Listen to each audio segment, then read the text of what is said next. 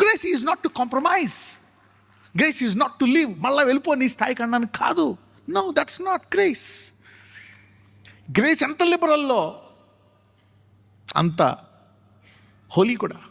It want a high standard. అంత స్టేజ్కి దిగజారిపోయావు, come back.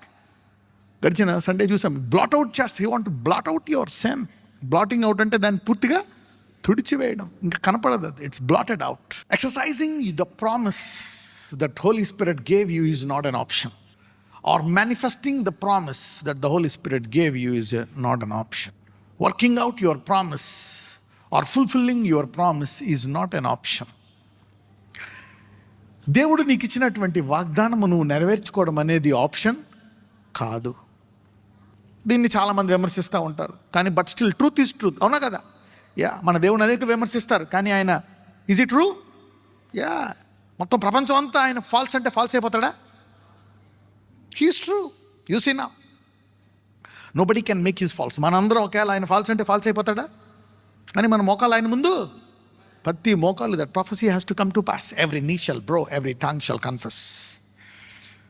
Your promise is not an option. Charity is not an option.